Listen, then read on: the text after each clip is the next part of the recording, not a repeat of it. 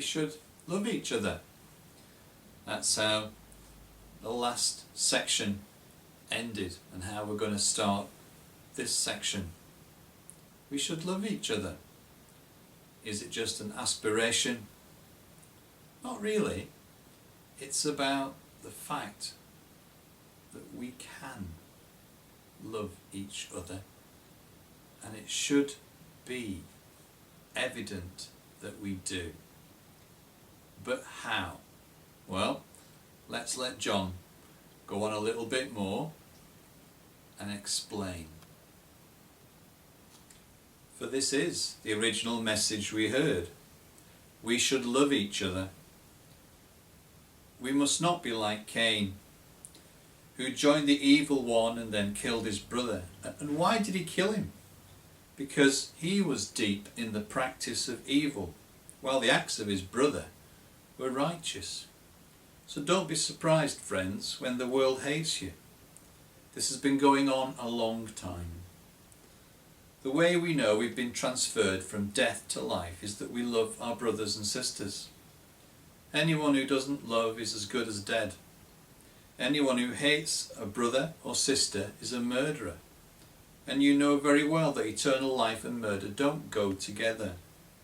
This is how we've come to understand and experience love. Christ sacrificed his life for us.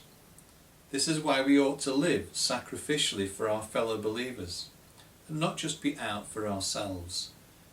If we see some brother or sister in need and have the means to do something about it, but turn a cold shoulder and do nothing, what happens to God's love? It disappears. And you made it disappear. God made us so that we could love him and love one another. And Jesus came because we needed releasing to fulfill that calling of being human. So John explains how the rewiring that has happened because of our encounter with Jesus sets us free to do that. So he's encouraging us to do it. But how do we love, really love? It's a bit harder to explain. When I was a support teacher, I've come from a secondary background, and I was working with blind and visually impaired children in their classrooms or one-to-one. There's definitely a difference in approach. Me being from a secondary background, and most of my colleagues from a primary background, their instinct was basically to interfere, to help each child achieve the task so they could learn how things are done. My attitude was more one of, they need to learn for themselves. You can help, you can give clues, you can encourage, but they need to solve the problems themselves. Now at the end of the day, you actually need both approaches. Sometimes you do have to intervene, and sometimes you've got to hold back and let that person discover for themselves that they can do it. And I think love sometimes is like that. It's not obvious what to do. You've got to rely on your instincts.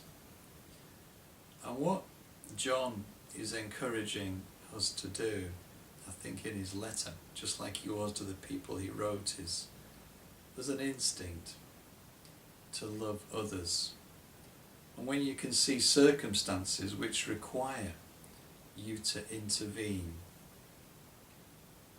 then you've got to be inspired to do that. Otherwise, you extinguish that love. Obviously, sometimes interfering is the wrong thing. You've got to judge when it is. But it's just the joy of he set us free to do that we can affirm one another's humanity and just live out a positive, generous life. And that is good for us too, as he explains. So I'll let you listen to the rest of the chapter. My dear children, let's not just talk about love, let's practice real love. This is the only way we'll know we're living truly, living in God's reality. It's also the way to shut down debilitating self-criticism, even when there's something to it. For God is greater than our worried hearts and knows more about us than we do ourselves. And friends, once that's taken care of and we're no longer accusing or condemning ourselves, we're bold and free before God. We're able to stretch our hands out and receive what we asked for, because we're doing what He said, doing what pleases Him. Again, this is God's command, to believe in His personally named Son, Jesus Christ. He told us to love each other in line with the original command. As we keep His commands, we live deeply and surely in Him, and He lives in us. This is how we experience His deep and abiding presence in us, by the Spirit He gave us. When Jesus sent out the disciples in pairs early on in their time with Him, that's going to be in the church reading later on this morning, there must have been some trepidation going out to do the things that they'd seen Jesus doing. A bit like being given a new toy and saying, here you are, you've seen me use it, now you go and do it. Maybe a sense of excitement. When they came back, they were just full of joy. They found that the sort of things that they'd seen Jesus doing, they'd found themselves doing. And I guess that is what John is preparing us for and encouraging us to carry on doing. It's to go and, I suppose, by His leading, just do good to people. Do it wisely. Do it in faith. And just see what happens.